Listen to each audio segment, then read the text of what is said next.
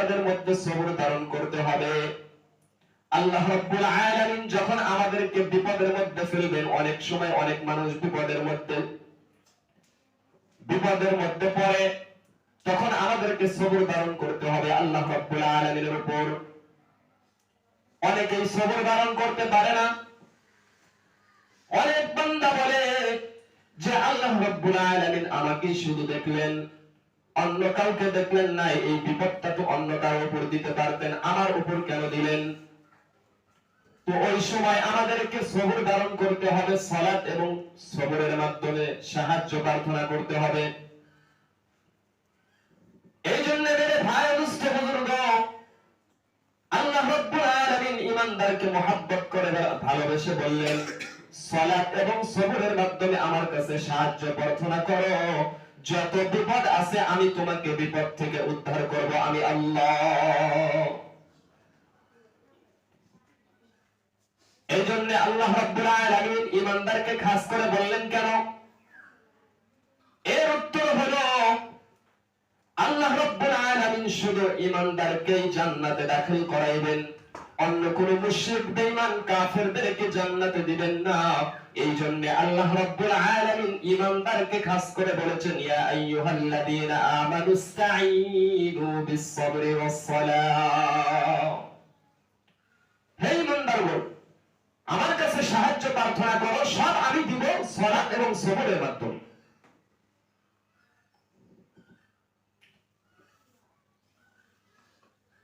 এর মধ্যে দুইটা জিনিস, তোমরা আমার কাছে সাহায্য প্রার্থনা করো না, সব কিছু দিনেওয়ালা আমি আল্লাহ। দুনিয়ার মধ্যে তোমাদেরকে খাওয়াইতেছি, তোমাদেরকে জমি জমা দিতেছি, জমির থেকে তোমরা খানা পিনা উৎপন্ন করতেছো, এগুলো কে দিচ্ছে? আমি আল্লাহ রাব্বুল আলামিন দিতেছি। এই জন্য অনেকেই যখন বিপদের মধ্যে পড়ে, খানা পিনা নাই, ঘরের মধ্যে খানা নাই, তখন আল্লাহ রাব্বুল আলামিনের কাছে চাওয়া ব্যতীত দুনিয়ার অন্য কোন মাখলুকের কাছে চাই, তখন আল্লাহ রাব্বুল আলামিন নারাজ হয়ে যায়, তখন ওই বান্দাকে আরো বিপদের সম্মুখীন করে। এজন্য যখন বিপদে পড়বো, কিসের মাধ্যমে চাবো? সালাত এবং সবরের মাধ্যমে আল্লাহ রাব্বুল আলামিনের কাছে সাহায্য প্রার্থনা করব। এখন দেখেন, দুনিয়ার কেউ দিতে পারে না, কেউ সাহায্য করতে পারে না, একমাত্র কে সাহায্য করতে পারে বলেন? কে সাহায্য করতে পারে? আল্লাহ রাব্বুল আলামিন। এজন্য দেখেন, দুনিয়ার কেউ যদি সাহায্য করতে পারে, দুইটা জিনিস যদি তার মধ্যে না থাকে, তাহলে সেই সাহায্য করতে পারবে। এক নাম্বার, তার যদি পিছুটান না থাকে। দুই নাম্বার, যে যার স্বয়ং সম্পূর্ণ নাই, যে ব্যক্তি স্বয়ং সম্পূর্ণ নয়, ওই ব্যক্তি যদি স্বয়ং সম্পূর্ণ যদি হয়, দুই নাম্বার পিছুটান যদি না হয়, তাহলে ওই বান্দা আপনাকে সাহায্য করতে পারবে, এছাড়া কেউ করতে পারবে না। এখন চিন্তা করে দেখেন, কার পিছুটান নাই? দুনিয়ার এমন কেউ আছে যে পিছুটান নাই? মা বাবা, সন্তানাদি, ছেলে সন্তান, আত্মীয় স্বজন, সবাই পিছুটানওয়ালা। যখন আমি চাকরিজীবী, চাকরি করে যখন বাড়িতে ফিরি, তখন আমার পিছনে আমার স্ত্রী দাবি করে, আমার জন্য কি নিয়ে আসছো?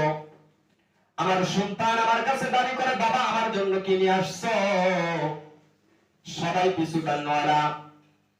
এই জন্য যার পিছুটান নাই, সে আপনাকে সাহায্য করতে পারবে। কার পিছুটান নাই বলেন? কার পিছুটান নাই? একমাত্র আল্লাহ রাব্বুল আলামিনের পিছুটান নাই। তার সন্তানাদি আছে, তার বাবা আছে, তার মা বাবা আছে, তার কোন ছেলে সন্তান নাই, তার কোন মা বাপ নাই। কুল হুয়াল্লাহু আহাদ, আল্লাহুস সামাদ, লাম ইয়ালিদ ওয়া লাম ইউলাদ ওয়া লাম ইয়াকুল লাহু কুফুয়ান আহাদ।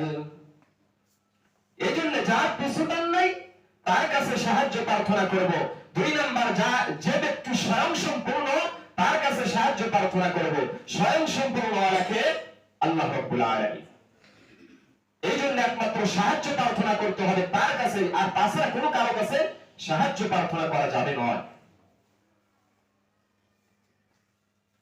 এই জন্য আল্লাহ রাব্বুল আলামিন কুরআনুল কালামুল্লাহ শরীফের মধ্যে স্পষ্ট ভাষায় বলেন, ওয়া খুলিকাল ইনসানু যায়ীফা।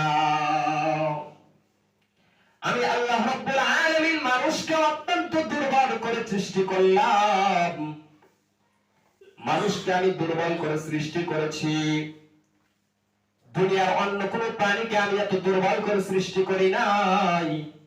একমাত্র মানুষ ইনসানকে আমি দুর্বল করে সৃষ্টি করেছি। আল্লাহ রাব্বুল আলামিন স্পষ্ট ভাষায় বলেন কেন দুর্বল করে বানাইলেন। আল্লাহ রাব্বুল আলামিন দেখেন দুর্বল করে মানুষকে বানাইছেন, একমাত্র মানুষকেই দুর্বল করে বানাইছেন। এখন প্রশ্ন আসে যে আমরা তো অনেক শক্তিশালী, আমাদের তো অনেক গায়ে শক্তি আছে, কোন কেউ আমাদের সাথে পারবে না। এখন দেখেন আপনি খানার কাছে দুর্বল, আপনি একটা মশার কাছে দুর্বল, আপনি পানির কাছে দুর্বল, সবকিছুর মধ্যে আপনি দুর্বল। দেখেন একটু চিন্তা করে দেখেন, দুর্বল কিনা? দুর্বল না? সবকিছুর কাছে আপনি দুর্বল, সবকিছুর কাছে মানুষ দুর্বল। আল্লাহ রাব্বুল আলামিন যদি পানি বন্ধ করে দেয়, কে পানি দিবে বলেন? কে পানি দিবে? আল্লাহ রাব্বুল আলামিন যদি রিজিক বন্ধ করে দেয়, কে দিবে রিজিক? কেউ দিতে পারবে না। এই জন্য একটা মশার কাছে একটা মানুষ দুর্বল, দুনিয়ার সবকিছুর মধ্যে মানুষ ইনসান দুর্বল। আল্লাহ রাব্বুল আলামিন বলেন সবকিছুর মধ্যে, সব সৃষ্টি জীবের মধ্যে আমি একমাত্র মানুষকে দুর্বল করে বানাইছি। সবকিছুর মধ্যে মানুষ দুর্বল। একটা কুকুর খানা খায়, একটা মাংস খানা খায়। বনের মধ্যে যত প্রাণী রয়েছে সব প্রাণী খানা খায়। গরু খানা খায়, ছাগল খানা খায়, মাংস খানা খায়। আল্লাহ রাব্বুল আলামিন দেখেন স্পষ্ট ভাষায় বলেন যে মানুষকে আমি এত দুর্বল করে বানাইলাম, সবকিছুর খানা পিনা আমি আলাদা আলাদা করে দিয়েছি। মানুষকে যত সুন্দর আমি খাদ্য দিয়েছি, তাকে যত সুন্দর খাদ্য আমি প্রদান করেছি। অন্য কোন সৃষ্টি জীবকে আমি এত সুন্দর খানা আমি তাকে প্রদান করি নাই। সুবহানাল্লাহ। এত সুন্দর খাদ্য অন্য কোন সৃষ্টি জীবকে প্রদান করেছে? মানুষের জন্য যত সুন্দর করে খানা আহার প্রদান করেছে বান্দাকে, অন্য কোন সৃষ্টিজীবকে এত সুন্দর করে খানা প্রদান করেন নাই। কুকুর কি খায়, একটা গরু কি খায়, আর মানুষ কত সুন্দর খাদ্য খায়।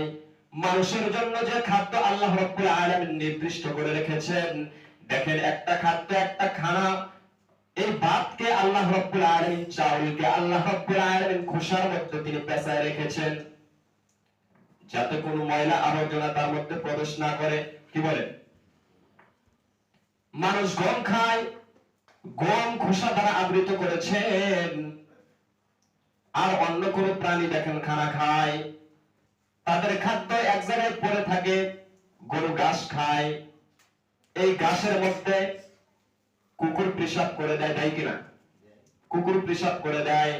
আর মানুষের খাদ্য এত সুন্দর করে আল্লাহ রাব্বুল আলামিন সৃষ্টি করলেন, এই খাদ্য একমাত্র এই ইনসানকে, সম্মান জাতিকে আল্লাহ রাব্বুল আলামিন দান করেছেন। অন্য কোন জাতিকে এত সুন্দর করে খানা প্রদান করেন নাই। সুবহানাল্লাহ। এজন্য কার ইবাদত করতে হবে? একমাত্র আল্লাহ রাব্বুল আলামিনের ইবাদত করতে হবে। তো দেখেন আল্লাহ রাব্বুল আলামিন আমাদেরকে এত সুন্দর খানা প্রদান করলেন, এত মহব্বত করে ভালোবেসে আল্লাহ রাব্বুল আলামিন ডাক দিলেন, ইয়া আইয়ুহাল্লাযীনা আমানু ইসতাঈনু বিস-সাবরি ওয়াস-সালাহ। সাহায্য প্রার্থনা করো আমার কাছে সবর এবং সালাতের মাধ্যমে। তো এখন দেখেন আল্লাহ রাব্বুল আলামিন তো সবরের মাধ্যমে এবং সালাতের মাধ্যমে সাহায্য প্রার্থনা করতে বলেছেন। আমাদের মধ্যে কি সবর আছে? আছে? সবর নাই। দুই নাম্বার, আমাদের মধ্যে কি নামাজ আছে? নাই। এক সপ্তাহের মধ্যে একদিনে তো নামাজ পড়ি না, জামাতের সাথে পাওয়া যায় না। এমনকি শুক্রবার দিনে আল্লাহ রাব্বুল আলামিন এত সুন্দর দিন আমাদেরকে প্রদান করেছেন যে গরিবের জন্য একটা দিন হলো জুমার দিন, ঈদের চাইতে তার আনন্দ। দেখেন জুমার